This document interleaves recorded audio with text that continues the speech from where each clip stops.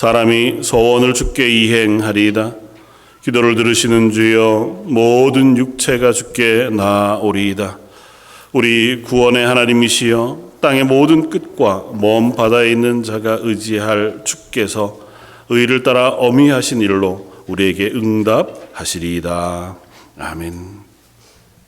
크고 능하신 하나님, 온 세상의 주인이시지만 낮고 낮은 우리의 인생을 눈여겨보시고 저희를 격려하시고 인도하셔서 하나님의 영광을 보게 하시니 감사합니다.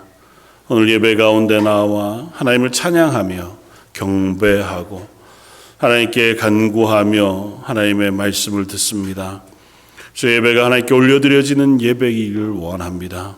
저희의 삶을 받아주시고 저희 기도에 응답하시며 저에게 말씀하여 주옵소서. 예배 시험을 주님께 부탁하옵고 모든 말씀 예수님 이름으로 기도드립니다. 아멘. 전능하사 천지를 만드신 하나님 아버지를 내가 믿사오며 그의 아들 우리 주 예수 그리스도를 믿사오니 이는 성령으로 잉태하사 동정녀 마리아에게 나시고 본디오 빌라도에게 고난을 받으사 십자가에 못 박혀 죽으시고 장사한 지 사흘 만에 죽은 자 가운데서 다시 살아나시며 하늘에 오르사 전능하신 하나님 우편에 앉아 계시다가 저희로서 산 자와 죽은 자를 심판하러 오시리라. 성령을 믿사오며 거룩한 공회와 성도가 서로 교통하는 것과 죄를 사하여 주시는 것과 몸이 다시 사는 것과 영원히 사는 것을 믿사옵나이다. 아멘. 전후가 23장을 함께 찬양하시겠습니다.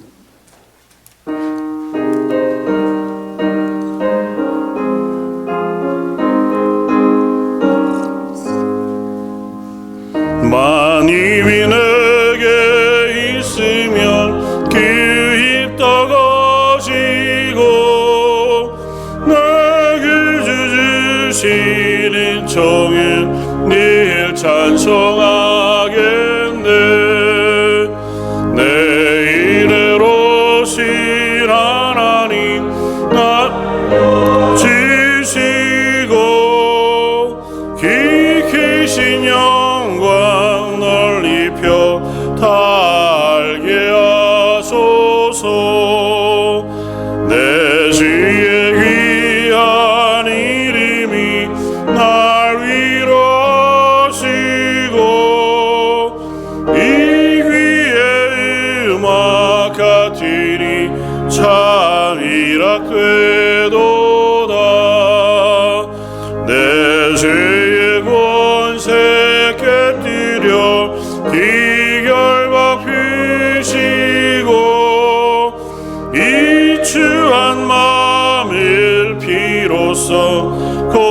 고정케 하셨네.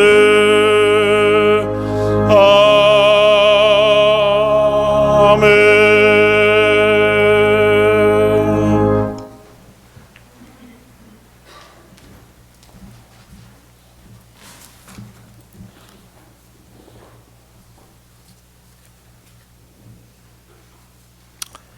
우리를 사랑하셔서 하나님의 형상대로 지으시고 귀한 주님의 자녀로 살아가게 하신 하나님 아버지께 감사와 찬양과 영광을 올려드립니다. 지난 한 주간 또 저희와 함께 하여 주시고 주님의 은총 가운데 살아가게 하신 주님의 사랑과 은혜에 감사드립니다. 우리의 죄로 말미암아 거룩한 주님 앞에 설 수 없는 저희들이지만 예수 그리스도의 보혈의 공로 의지하여 나왔습니다. 우리의 몸과 마음을 받으시고 오늘 이 예배가 신령과 진정으로 드려지는 예배가 되게 하여 주옵소서. 기쁨 충만, 말씀 충만, 성령 충만한 예배가 드려지게 하여 주시옵소서. 하나님, 감사로 세우는 하나님의 나라라는 교회 표를 주시는 하나님께 감사를 드립니다. 저희는 특별한 순간에만 감사하려 하지만 우리의 일상을 돌아보면 너무나 감사한 일들이 많음을 고백합니다. 아침에 눈을 뜨게 하심도, 가족과 이웃을 만나게 하심도, 우리의 호흡 하나 일상의 모든 순간마다 주님의 은혜가 가득함을 고백하며 감사드립니다.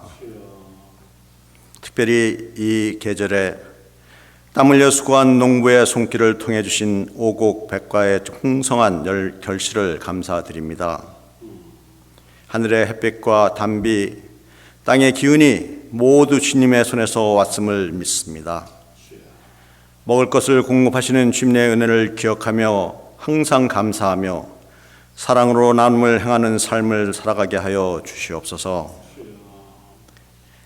일상의 익숙함 속에서 숨어있는 은혜를 놓치지 않게 하시고 불평보다는 감사가 먼저 나오는 삶을 살게 하여 주옵소서. 우리가 풍족할 때뿐만 아니라 부족함 속에서도, 기쁠 때뿐만 아니라 슬픔 속에서도 언제나 감사의 고백을 올려드리는 저희들 되게 축복하여 주시옵소서. 하나님, 말씀을 선포하실 목사님과 그 모든 사역자를 위해 기도드립니다. 성령의 능력과 지혜를 덧입혀 주셔서 맡겨진 사역을 감당할 때마다 하나님의 능력이 나타나게 하여 주시옵소서. 오늘 선포되는 말씀이 능력의 말씀이 되어 성도들의 굳은 심령을 깨우고 상한 심령을 치유하며 아멘으로 순종하는 은혜의 말씀이 되게 하여 주시옵소서.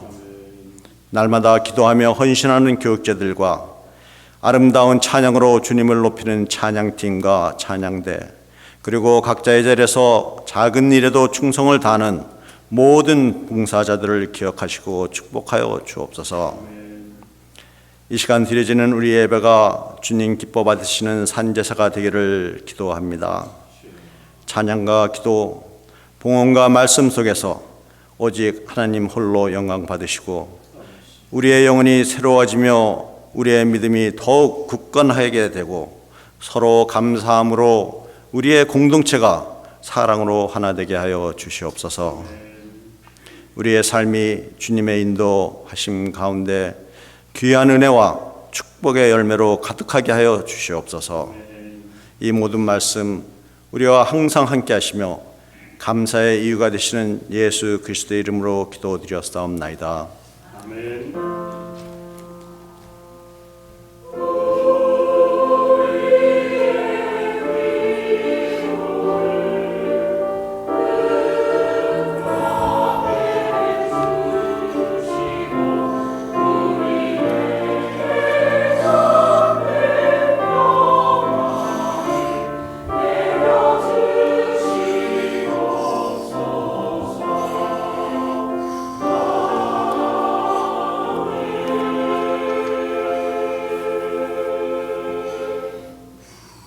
찬송가 269장을 함께 찬양하시겠습니다.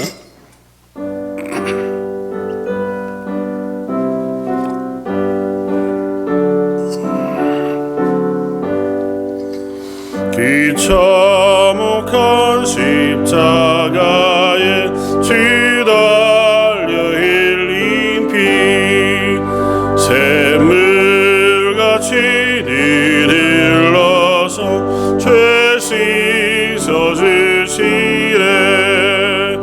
값없어도 다 나와서 내 죄를 고하며 있는보다 더 이도록 참성 겨뤄드리. 남이 있노라 남이 있노라 기보 열공로리. 힘없어도 피 흘리사 날 구원하셨네. 저 흉악한 한강도는 제 죄를 깨달아 죄 없으신 주의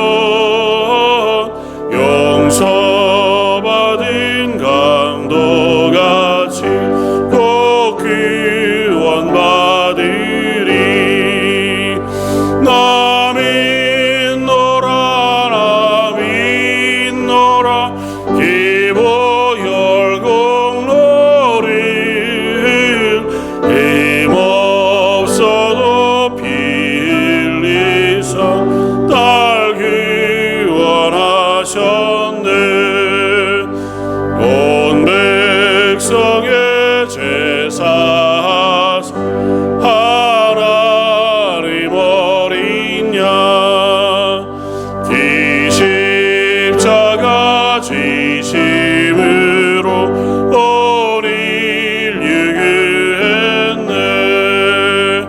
저 영원한 세라라에 다 같이 모여서 빈 검은 고 한 곡조로 새 노래 부르리. 나 믿노라 나 믿노라 기보여 공로리. 힘없어도 피 흘리사 날 구원하셨네. 아멘. 우리의 죄를 위하여 십자가를 지심으로 우리를 하나님의 자녀로 죄사함의 구원의 은총의 자리로 인도해 주신 하나님께 감사와 찬양을 드립니다. 오늘 예배하면서 우리에게 허락하신 구원을 다시 한번 기뻐하며 감사합니다.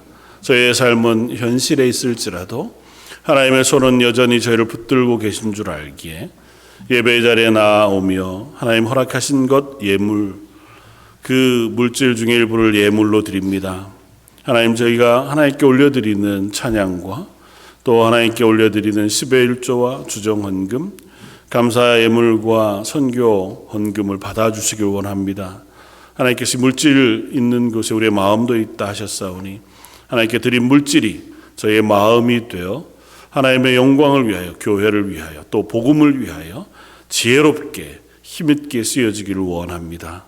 아울러 온 성도들의 삶도 하나님이 쓰실 만한 자리에 하나님의 능력을 덧입혀 써주시고 그 모든 자리에서 하나님의 영광을 보며 우리의 기쁨이 충만한 성도들 되게 하여 주옵소서. 온 성도들이 한마음으로 하나님을 찬양합니다. 마음을 다하여 준비하여 하나님께 영광을 올려드리는 찬양팀과 성가대, 하나님께서 찬양 속에 거해 주시고 우리의 삶이 하나님이 기뻐하시는 찬양으로 충만해지는 은혜가 매일매일 새롭게 되게 하여 주옵소서. 오늘 드려지는 모든 찬양과 예배를 받으시는 하나님, 예배 가운데 나온 모든 심령과 하나님을 향하여 선 모든 자리를 기뻐 받아주시길 원하옵고 오늘 말씀 예수님 이름으로 기도드립니다. 아멘.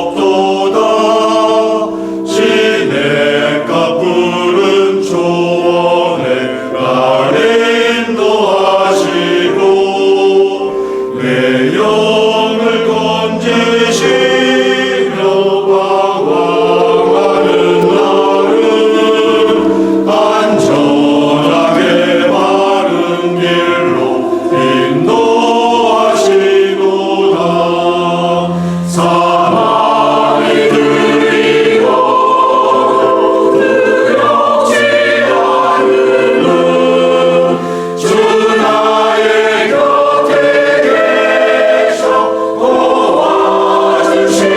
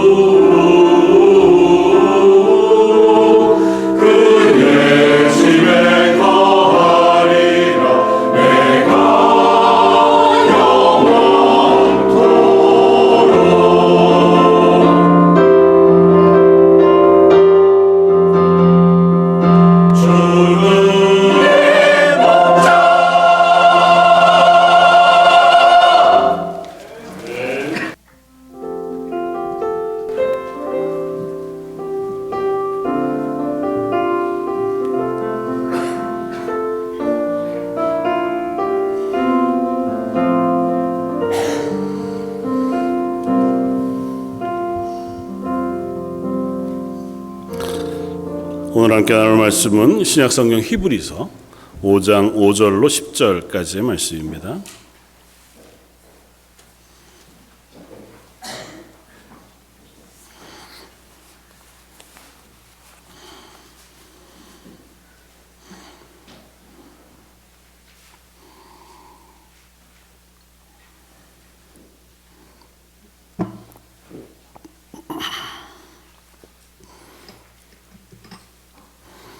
신약성경 357쪽에 있는 말씀 히브리서 5장 5절로 10절까지 말씀입니다. 우리 차였으면 한 목소리 같이 한번 봉독하시겠습니다. 또한 이와 같이 그리스도께서 대제사장이 되심은 스스로 영광을 취하심이 아니요 오직 말씀하신 이가 그에게 이르시되 너는 내 아들이니 내가 오늘 너를 낳았다 하셨고 또한 이와 같이 다른 데서 말씀하시기를 내가 영원히 멜기세덱의 반차를 따르는 제사장이라 하셨으니 그는 육체에 계실 때에 자기를 죽음에서 능히 구원하실 이에게 심한 통곡과 눈물로 간구와 소원을 올렸고 그의 경건하심으로 말미암아 들으심을 얻었느니라. 그가 아들이시면서도 받으신 고난으로 순종함을 배워서 온전하게 되셨은즉 자기에게 순종하는 모든 자에게 영원한 구원의 근원이 되시고 하나님께 멜기세덱의 반차를 따른 대제사장이라 칭하심을 받으셨느니라. 아멘. 말씀 나누기 전에 우리 한번 앞뒤 좌우로 보시면 인사하면 좋겠습니다. 우리 예수님이 당신과 함께 계십니다. 우리 한번 그렇게 인사하면 좋겠습니다.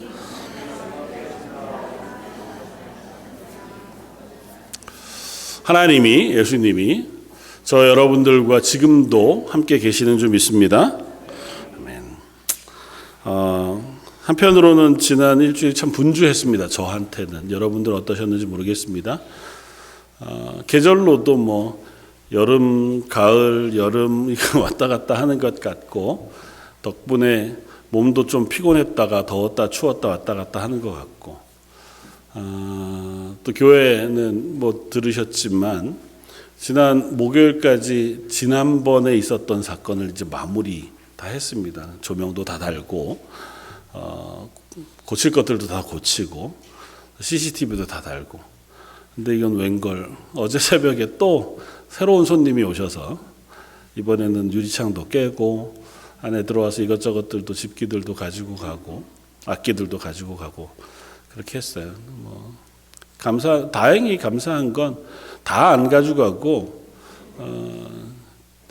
태반을 이렇게 밖에다 쌓아두고 가셔서 다시 그걸 옮겨서 들어오느라고 좀 수고는 했습니다.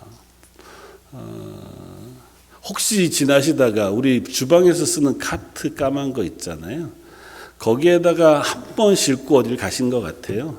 카트를 보시거든 말씀해 주시면 경찰이 그런 것들을 좀 알려달라고 얘기를 하더라고요. 그래서 그래도 될 것 같습니다. 네. 참 이런저런 일이 많습니다. 생각해 보면 낙심할 만한 일이고 한편으로는 참 지칠만 해요. 겨우 6주 지났는데 왜 또 이런 일이 있을까? 그리고 심지어 다 고쳐놓고 이제는 괜찮겠지. 할 수 있는 조치는 다 했는데 싶었는데 또 이런 일들이 일어나는 거 보면 참 쉽지 않구나 싶은 생각이 듭니다. 지난주에 우리가 야외 예배를 드리면서 하나님 만드신 자연 속에 그 창조하신 하나님의 창조와 그 하나님께서 창조만 하신 게 아니고 창조하신 세상 그리고 저와 여러분들을 지금도 먹이시고 또 보존하신다고 하는 사실들을 나누었습니다. 그러니까 하나님께서 지금도 우리를 위해서 두 눈을 두시고 우리를 먹이시고 우리에게 은혜를 베푸시지 않으면 우리는 지금도 생명을 유지해 갈 수 없을 만할 사람들인 것이 분명합니다. 자연은 그냥 존재하는 게 아니고 살아계신 하나님이 이 속에 당신의 은혜를 덮으시고 또 섭리 가운데 보존해 주셔야 세상은 유지되어질 것이 분명합니다. 그래서 고백하는 것은 우리의 현실이 어떻더라도 내가 지금 걸어가고 있는 삶의 상황이 어떻더라도 하나님이 나를 다스리고 계시다고 하는 사실은 결코 변함이 없는 줄 믿습니다. 하나님이 나를 다스리시고 하나님의 두 눈이 나의 삶을 이렇게 주목해 바라보시는 것에는 변함이 없는데, 그러면 이런 고민이 생기는 거죠. 왜 우리는 여전히 우리의 현실은 어렵습니까? 나 개인의 삶이 그런 것뿐만 아니라 우리가 살아가는 현실, 역사 가운데의 현실은 늘 막 혼란스럽고 또 답답하고 때로는 불이한 것 같고 불합리한 것 같은 일들이 너무도 많다. 하나님 보존하시는 거면, 하나님 다스리시는 거면 이 세상이 조금은 좀 의롭고 또 공평하고 또 바르게 변해가거나 만들어지는 것, 그게 합당할 것 같은데 여전히 하나님 안 계신 것 같은, 그래서 자기 욕심과 욕심이 충돌하고 그렇게 죄와 죄가 충돌한 것이 가득한 세상의 모습을 보면서 우리는 어떻게 해야 하나 하는 의문이 들기도 합니다. 그러나 오늘은 그 가운데 하나님이 찾아오시고 그 가운데서 저희와 동행하시는 하나님이시라는 사실을 우리가 함께 고백했으면 좋겠습니다. 제목을 그렇게 잡았어요. 흔들리는 현실 가운데 오신 예수님. 우리의 삶은 늘 흔들리죠. 옛날에 어떤 신학자가 흔들리는 터전이라고 하는 제목으로 2차 세계대전 당시의 현실에 대한 고백을 했고, 그 위에 흔들리지 아니하는 하나님의 말씀이라는 고백을 가지고 설교했던 기억이 있습니다. 세상은 2차 대전 때나 그 이전이나 지금이나 우리가 보기에 안전하고 단단하지 않은 것 같아 보여요.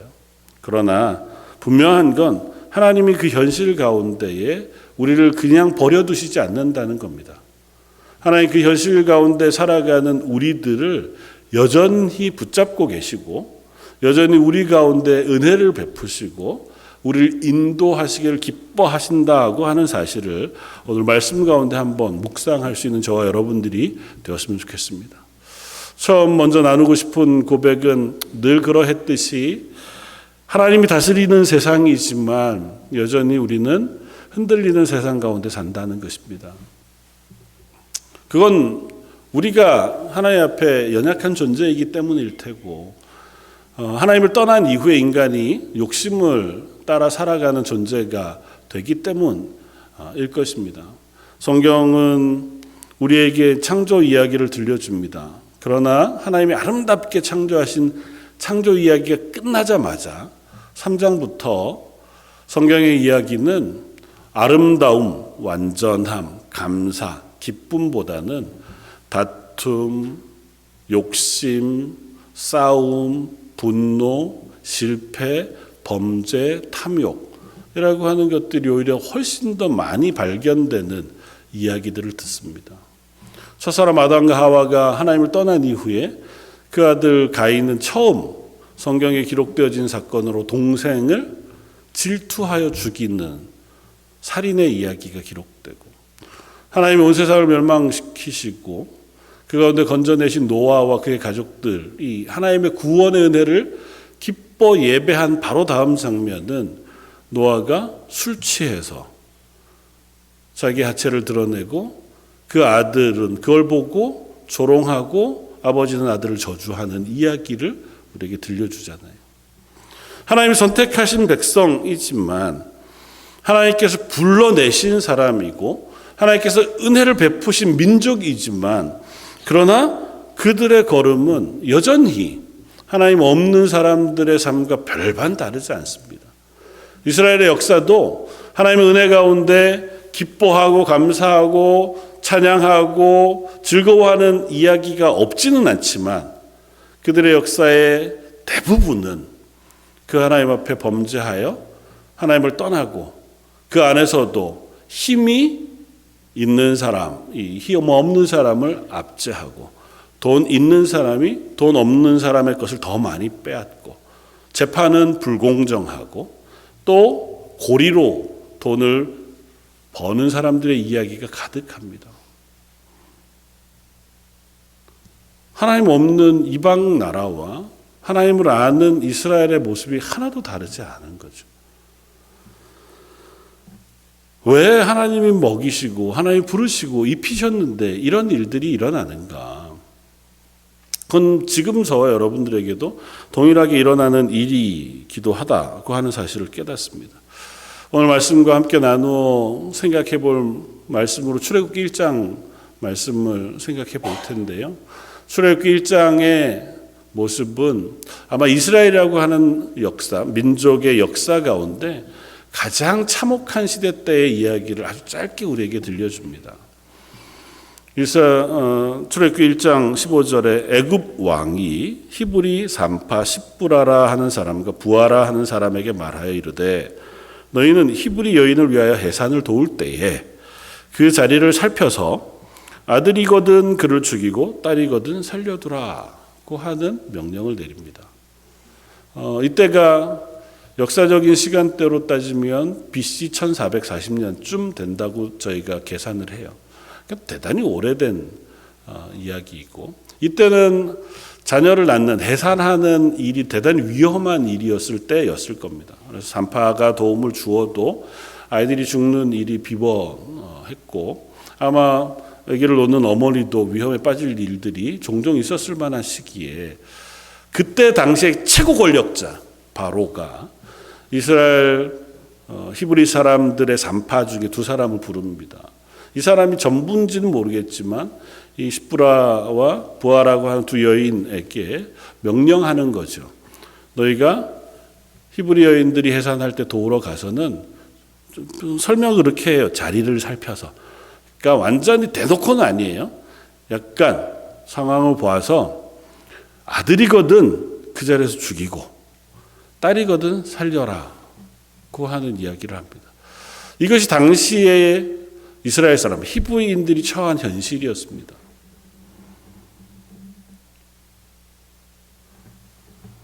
야곱의 가족들 70명이 애굽으로 내려간 이야기는 창세기 마지막에 우리에게 들려줍니다. 그리고 그때는 애굽의 총리가 요셉이었고 요셉의 후광이 대단히 컸어요. 그러니까 70명의 가족들이 남자만이지만 그 가족들이 내려가서 정착해 살아가는데 대단히 환영을 받았습니다. 그러니까 그들은 좋은 땅, 자기들만 살 수 있는 땅을 받았고 그곳에서 마음껏 살아갈 수 있도록 허락받았어요. 그리고 총리 요셉의 후광을 덧입어서 아마 잘 대접받았을 겁니다.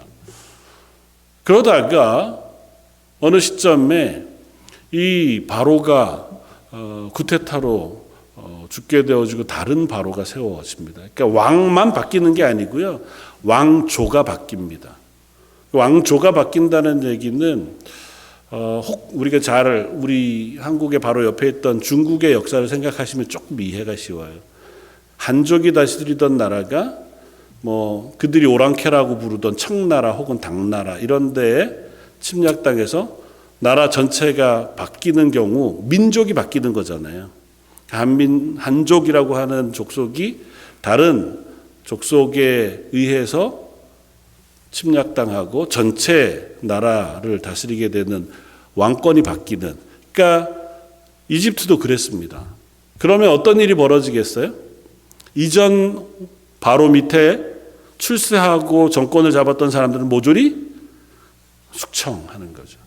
이제 요셉은 이미 죽었으니 요셉이 숙청당할 일은 아니지만 요셉의 후광을 입어서 큰 민족으로 불어난 히브리 사람들은 다음 왕조에게는 그렇게 환영받을 만한 사람들이 아니었던 거예요. 그래서 다음 왕조에서 이 히브리 사람들을 경계하기 시작합니다. 숫자가 너무 많으니까요. 얘네가 잘못하다가 구테타를 일으키면 자기네가 왕권을 잡았던 것처럼 왕조가 바뀌면 어떡해요? 최대한 억눌러야 되는 거죠. 그래서 첫 번째 시도한 게 그들을 노예로 삼는 거였습니다. 그 제7왕조 때 만든 건축물이 지금도 이집트에 가면 있습니다. 피라미드, 왕의 궁전 이런 것들. 그런 것 만들 때 히브리 사람들을 동원했어요.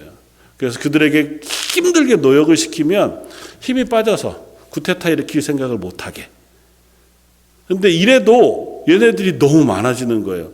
힘들면 애도 좀 적게 낳고 좀 줄어야 되는데 안 그렇고 얘네들이 갈수록 숫자가 더 많아져요. 그래서 바로가 시브라와 부하라고 하는 이 산파들을 불러다가 명령합니다. 아들이 낳거든 다 죽여라. 처음에는 은밀하게, 조금 뒤에는 노골적으로. 그래서 아들들은 나일강에 던져 죽게 할 만큼 그와 같은 일들을 행한 시기였습니다. 어떻게 보면 정말 불합리한 시대를 살아간 거죠. 그들이 죄를 범해서 그런 일을 당합니까? 그렇지 않아요. 그들은 그냥 거기에서 멀쩡히 살았습니다. 그들이 무슨 쿠데타를 일으키려고 시도했던 것도 아니에요. 새로운 바로에게 반항해서 반역을 일으켰던 것도 아닙니다. 하나님 앞에서 그들이 엄청나게 심각한 범죄를 저질렀느냐? 그렇지도 않아요. 성경은 그런 얘기를 우리에게 들려주지 않으니 그들이 뭐 우상을 섬기고 뭐 자기들끼리 싸우고 지지고 볶고 하다가 하나님 도저히 안 되겠어서 이런 벌을 내리셨냐? 그것도 아닙니다. 그냥 살았어요. 살았는데 노예가 됐고 살았는데 아들을 낳으면 죽여야 되는 상황이 된 겁니다. 그들의 현실은 참 참혹한 거죠. 어디 그들만 그랬습니까? 지금 우리가 살아가는 지금의 시대는 어떻습니까? 요즘은 반대 일이 있잖아요. 그 이스라엘 사람들 때문에 팔레스타인이라고 하는 민족이 요즘 대단히 심각한 고통을 받습니다. 요즘 팔레스타인 아이들은, 어린 아이들이 굶어서 죽는 일들이 너무 많다는 이야기를 뉴스로 듣잖아요. 물론 그들 사이에 뭐 정치적으로 혹은 종교적으로 무슨 또 숱한 감정들이 있겠지만 그래도 그 아이들이 당하는 고통에 대해서는 우리가 뭐라고 설명할 길이 없어요. 전쟁 속에 있는 숱한 나라들이 그렇습니다. 여전히 끝나지 않은 러시아와 우크라이나 전쟁 속에도 너무 많은 사람들이 고통당하고 죽어갑니다. 이번 주에는 네팔이라는 곳, 또 프랑스에서 폭동이 일어나고 뭐 그것도 그 안에서 사람들이 죽어가고 그 안에서 이런저런 일들이 일어납니다. 그것뿐만 아니라 세계 곳곳에서 우리가 보기에 답답한 일들이 너무 많이 일어나요. 하나님이 이 땅을 살아 역사하시고 다스리시면 왜 이 땅이 그대로 이런 모양 이대로 유지되는 겁니까? 라고 하는 질문을 할 만하죠. 근데 아까 읽었던 출애굽기 1장의 이 두 산파의 이야기는 그냥 바로가 명령했더니 아들들을 죽였다로 끝나지 않아요. 우리가 잘 아는 것처럼 그 뒤에 17절은 이렇게 연결이 됩니다. 그러나 산파들이 하나님을 두려워하여 애굽 왕의 명령을 어기고 남자 아기들을 살린지라. 그러니까 이 산파들이 그 엄혹한 시기 속에서도 하나님을 기억했습니다. 그리고 그 하나님을 두려워했어요. 그래서 이 아이들을 인도적으로도 살려야겠지만 그 하나님 앞에서 이 아이들을 살리는 결정을 하고 그것들을 이 바로를 설득해 가면서 막 그러면 안 됩니다가 아니고 제가 갔더니 벌써 낫던데요. 거짓말을 해가면서까지 아이들을 살리기로 합니다. 그리고 그 가운데 하나님은 역사하세요. 오늘 함께 고백하고 싶은 고백은 이것입니다. 하나님은 이 흔들리는 역사 가운데에 들어오셔서 일하신다는 겁니다. 출애굽기의 이야기는 이렇게 연결이 돼요. 출애굽기 2장 23절 여러 해 후에 애굽 왕은 죽었고 이스라엘 자손은 고된 노동으로 말미암아 탄식하며 부르짖으니 그 고된 노동으로 말미암아 부르짖는 소리가 하나님께 상달된지라. 하나님이 그들의 고통 소리를 들으시고 하나님의 아브라함과 이삭과 야곱에게 세운 그 언약을 기억하사 하나님이 이스라엘 자손을 돌보셨고 하나님이 그들을 기억하셨더라. 하나님은 그들을 기억하셨습니다. 그들이 처한 현실을 아셨어요. 그리고 그들 속에 일하시기 시작하셨습니다. 두 여인 시프라와 부하라고 하는 여인이 살린 아이 중에 한 명, 모세라고 하는 인물을 통해서 하나님은 그를 찾아가시고 그로 하여금 이스라엘 구원할 역할을 맡기세요. 하나님 직접 그들에게 나타나셔서 나는 스스로 있는 자라고 소개하세요. 나는 너희를 멀리 떠나 너희와 관계없이 살아가는 하나님이 아니고 너희 가운데에 존재하는 하나님이라고 스스로를 소개하세요. 너희에게 약속하고 약속한 것을 이루시는 하나님이라고 스스로를 소개하실 뿐만 아니라 너희의 고통에 귀 기울여 듣는 하나님이라고 하나님 말씀하세요.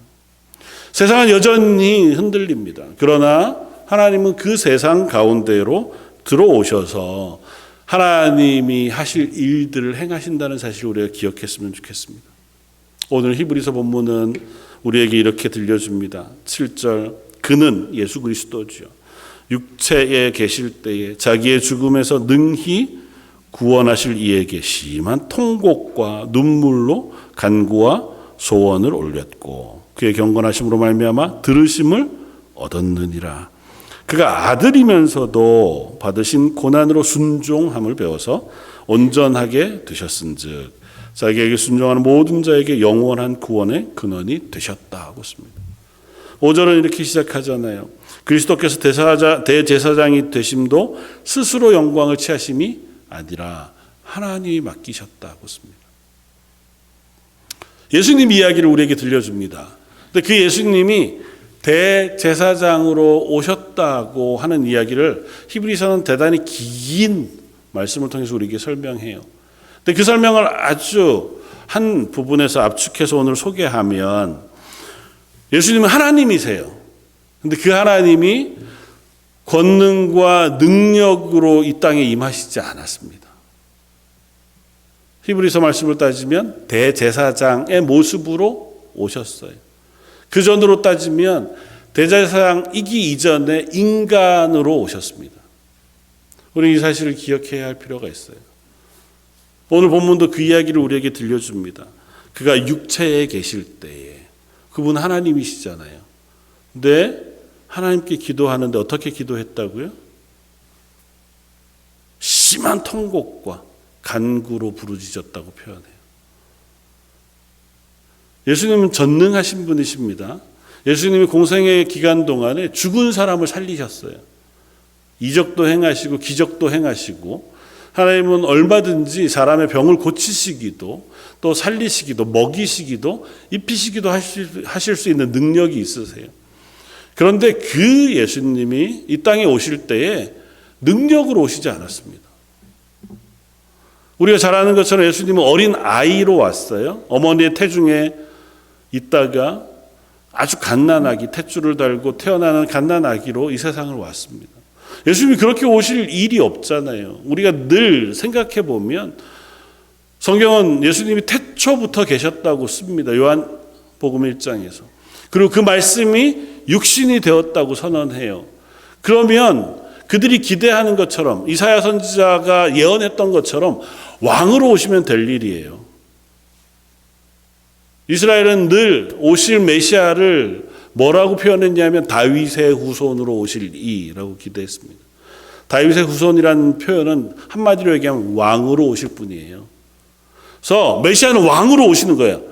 사람으로 오더라도 능력과 권위를 가지고 오셔서 그 힘과 능력을 가지고 이스라엘을 고치시고 도우시는 분이어야 해요.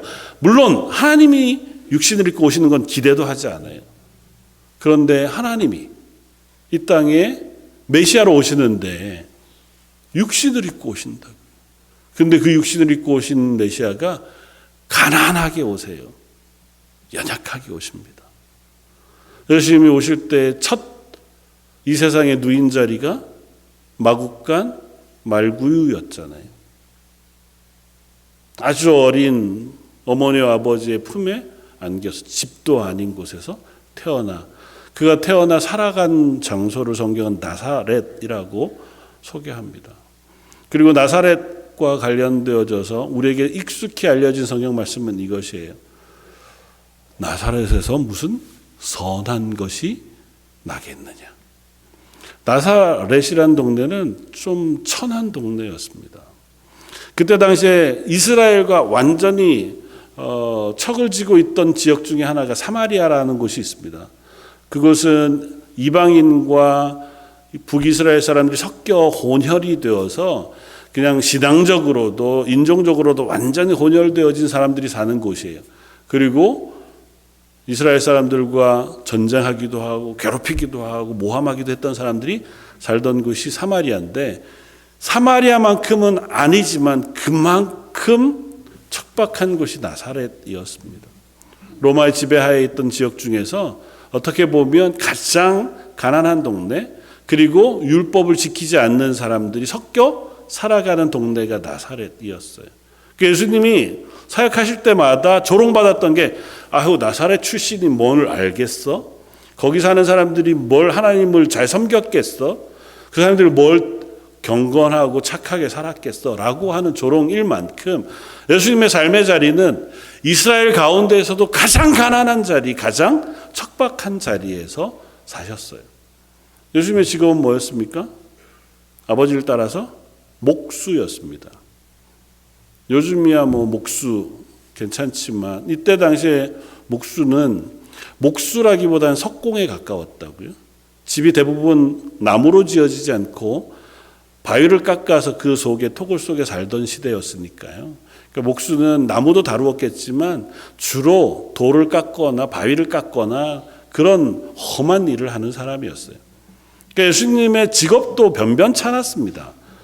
목수로 가정을 잘 돌보았겠지만, 그렇게 표현하는 게 참 죄송한 일이지만 그때 당시 그렇게 칭찬받을 만한 일이 아니었어요. 다시 오늘 본문의 이야기로 돌아가면 정말 척박하고 힘겨운 삶의 자리에 예수님은 있으셨다고요.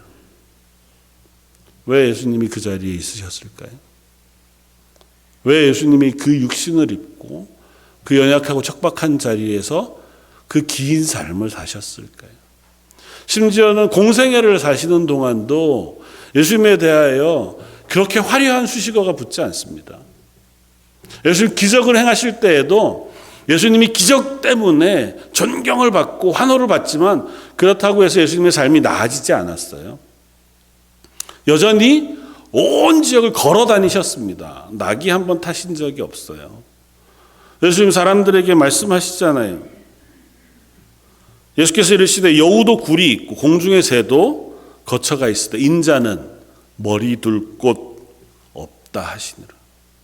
야, 동물도 다 자기 집이 있어서 잠잘 때는 거기 가서 자는데 나는 피곤해서 잠자려고 해도 어디 마땅히 쉴만한 곳이 없다. 그 말씀하실 때가 예수님 공생애 사역하실 때, 죽은 자를 살리시고 먹이시고 기적을 행하시던 예수님이 당하셨던 취급 혹은 그분이 사셨던 삶의 자리가 그토록 척박했습니다.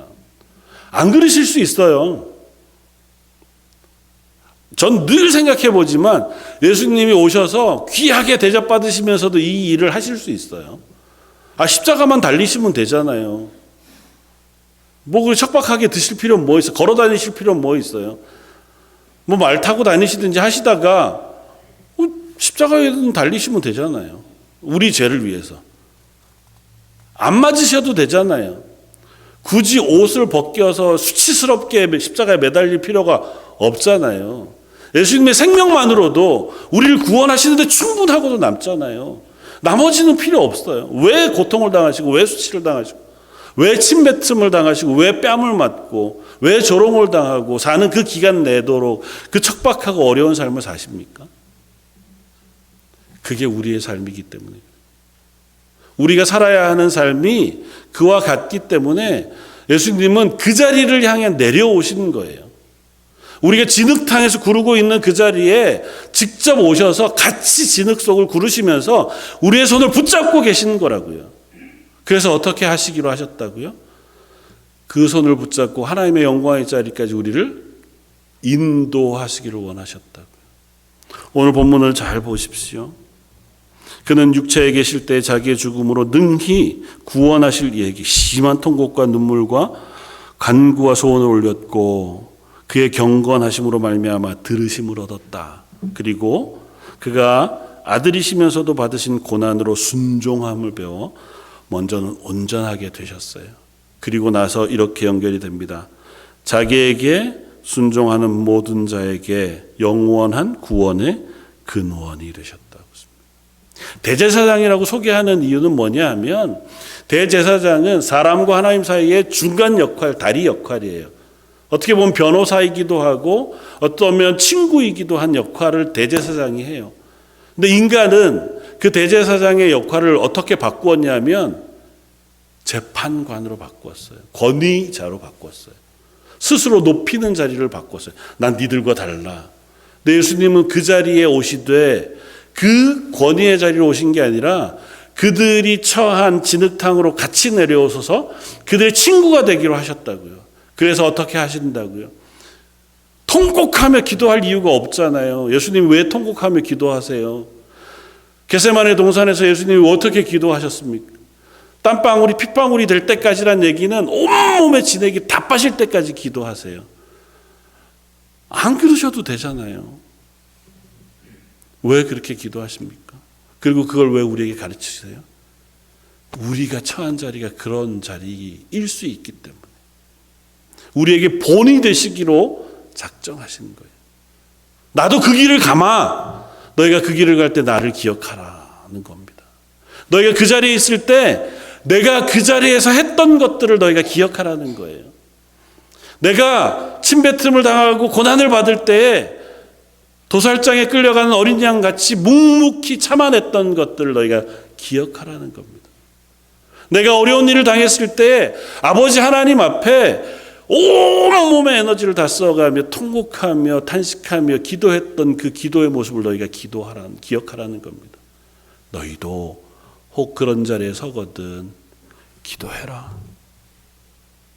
너희도 혹 억울하거든 그것을 너희 힘으로 이겨내려고 하지 말고 내가 너희 손 붙잡아 줄 테니 함께 그 걸음을 걷자고 말씀하시는 거예요. 그래서 어떻게 9절에서 자기에게 순종하는 모든 자에게 영원한 구원의 근원이 되셨다고요. 저는 이 말씀을 그렇게 이해합니다. 예수님이 우리의 본이 되셨고 우리의 손을 붙잡고 우리의 구원을 완성하시는 동역자가 되셨다고 소개한다고 믿어요. 저 여러분들이 이 땅을 살아갑니다. 우리는 때로는 진흙탕을 걸어가기도 합니다. 때로는 내가 감당할 수 없을 것 같은 상황을 만나기도 합니다. 때로는 꼭 그렇지 않아도 좀 억울한 일을 당하기도 하고요. 그리스도인으로 살아가는데 웬만하면 하나님이 은혜 베푸실 만한데 나는 왜 그렇지 않을까 싶은 시간을 지날지도 모릅니다. 그때 원망하기 전에 그 자리를 향해 내려오신 예수님을 기억할 수 있기를 바랍니다. 여러분이 어디에 있든지 하나님은 그 자리까지 내려가세요. 그리고 함께 그 자리에 손을 붙잡고 그 길을 걸으시기를 기뻐하시는 하나님이신 줄 믿습니다. 그리고 그 하나님은 결코 실패하지 않으세요. 그 자리에 머물러 있지 않고 그 자리에 넘어지지 않습니다. 그 자리에서 어디까지? 하나님의 영광의 자리까지 우리를 붙잡고 가시기를 기뻐하시는 하나님이신 줄 믿습니다.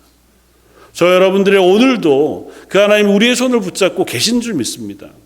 우리가 혹 실패해도 우리가 막 경건하고 하나님 앞에 잘할 때만이 아니고 참 바보같이 하나님을 아는데도 죄 가운데 거하기도 하고 넘어져서 그냥 온몸에 진흙을 묻히고 철부덕거리는 자리에 누워있다 할지라도 하나님은 야 일어나 몸 씻고 가자 이렇게 말씀 안 하시고 그 자리에 같이 오셔서 그 몸에 더러움을 입히시고 함께 우리의 손을 붙잡고 야 이제 일어날래? 같이 가자 말씀하시는 하나님이신 줄 믿습니다.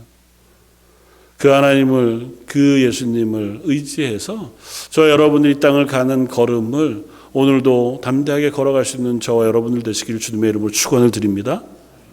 마지막으로 한 가지만 덧붙이자면 하나님은 이 흔들리는 세상 가운데 오셔서 일하시지만 공동체를 통하여 일하시는 하나님이시라고 하는 사실도 기억했으면 좋겠습니다. 하나님 앞에 나 혼자 하나님 내 손 붙잡고 가시니까 난 잘 갈 거야. 아니요, 그렇게 가시지 않고요. 하나님 나를 통해 내 양손에 또 다른 누군가를 붙들고 이 길을 가게 하시기를 원하시는 하나님이신 줄 믿습니다. 처음 살펴보았던 출애굽기 1장에 나오는 두 여인의 이름을 우리는 기억합니다. 십부라와 부하. 그리고 그 두 여인에게 명령한 사람은 바로라고 소개됩니다. 바로는 역사 가운데 이름을 남길 만한 대단한 인물이에요. 그때 당시에 전 세계를 통틀어도 그보다 권위가 있고 힘이 있는 사람을 찾아보기 어렵습니다. 그러나 성경은 그를 그냥 바로라고만 소개해요. 그의 이름을 소개하지 않습니다. 바로는 그냥 대통령 같은 거예요. 이집트의 최고 실권자의 별칭이에요. 그가 누군지 성경은 관심이 없습니다.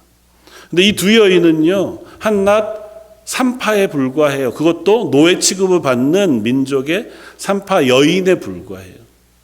죄송하지만 그때 당시 이 여인들은 그리 귀히 여김을 받을 만한 자리가 아니에요. 근데 성경은 그들의 이름을 기록해서 우리에게 들려줍니다. 왜요? 그들은 하나님을 두려워하고 하나님이 이스라엘을 위하여 쓰신 사람들이기 때문에 그래요. 그들이 대단한 믿음이 있어서가 아니에요. 그들이 그저 그 척박한 자리에서 자기가 할 수 있는 최고의 믿음의 고백을 한 거예요. 그래서 하나님 그들의 고백을 사용하셔서 누구를 살리신다고요? 노아를 살리신다고요. 모세를 살리신다고요. 그래서 어떻게 해요? 이스라엘이 구원받는 일을 행하게 하신다고요. 예수님이 대제사장으로 소개되어지는 것은 예수님을 통해서 저와 여러분들을 살리시기 때문이에요. 그리고 우리에게 말씀합니다. 너희는 나를 따라오너라. 너희는 이제는 이 땅에서 왕 같은 제사장이라고 선언하세요. 저 여러분들도 이 땅 가운데 대제사장으로 부름을 받았다고 성경은 소개합니다. 그 일은 다른 역할이 아니에요. 중보자예요. 보혜사예요. 다른 사람을 위하여 격려하는 사람이고, 다른 사람을 변호하는 사람이고, 다른 사람을 위하여 기도하는 사람이에요. 그 사람이 정말 나에게 친한 사람이기 때문에만이 아니에요. 예수님 말씀하시는 것처럼 내 원수를 사랑하라는 거잖아요. 그 사람 사랑하지 못해도 우리가 함께 공동체로 섬기는 가운데 때로는 내 마음에 들지 않는 사람이 있을 수 있어요. 삶을 살아가다 보면 저 사람 다시는 안 만났으면 좋겠다는 사람도 만날 수 있습니다. 그들 앞에 하나님 말씀하세요. 야, 너희는 그들 앞에 예수님이 하신 것처럼 너희가 친구가 되어주면 어떻겠니? 네가 그 사람 손을 잡아주지 않으면 그 사람은 그 진흙탕에서 빠져나올 길이 없다. 그러니 내가 널 붙잡아 준 것처럼 너도 그 사람 손을 붙잡고 이 척박한 길을 함께 걸어줄 수는 없겠니? 그것이 하나님이 저와 여러분들에게 물으시는 물음이자 부르시는 부르심인 줄 믿습니다. 기도하면서 하나님, 저희가 어리고 연약하지만 할 수 있다면 저에게 은혜 베풀어 주십시오. 하나님이 긍휼하심과 능력을 저에게 부어주셔서 그래도 한 번쯤 저희가 손을 펴서 내 옆에 있는 누군가의 손을 붙잡고 일어서 믿음으로 하나님 앞으로 걸어갈 수 있는 은혜를 베풀어 주십시오. 매 순간 성공하지 못하더라도 가끔 한 번만이라도 내가 손을 내어 위로하고 내가 손을 내어 격려하고 내가 위하여 기도할 수 있는 그런 하나님의 사람 되게 해주십시오. 그렇게 기도하고 고백하는 저 여러분들 되시기를 주님의 이름으로 부탁을 드립니다. 한번 같이 기도하겠습니다. 감사와 찬양을 받으시기에 합당하신 주님, 저희가 누구이기에 하나님이신 예수님께서 우리의 삶 그 척박하고 힘겨운 자리까지 찾아오셔서 저희와 함께 그 길을 걸으시는지요. 저희의 손을 여전히 붙잡고 저희의 어리석고 부족한 삶을 함께 걸어가기를 기뻐하시는 하나님을 저희가 묵상합니다. 저희 런던 제일장로교에 속한 모든 성도들 하루하루 그 걸음을 걸어갈 때마다 하나님을 기억함으로 용기를 내게 하시고 그 하나님의 손이 나에게 있음을 인하여 힘을 내어 내 주변을 향하여 또 손을 내밀 수 있는 하나님의 사람들도 되게 하여 주옵소서. 이번 일주일의 삶도 하나님의 은혜에 맡겨드립니다. 하나님의 은혜를 저에게 허락해 주시길 원하옵고 오늘 말씀 예수님 이름으로 기도드립니다. 아멘. 찬송가 251장을 함께 찬양하시겠습니다.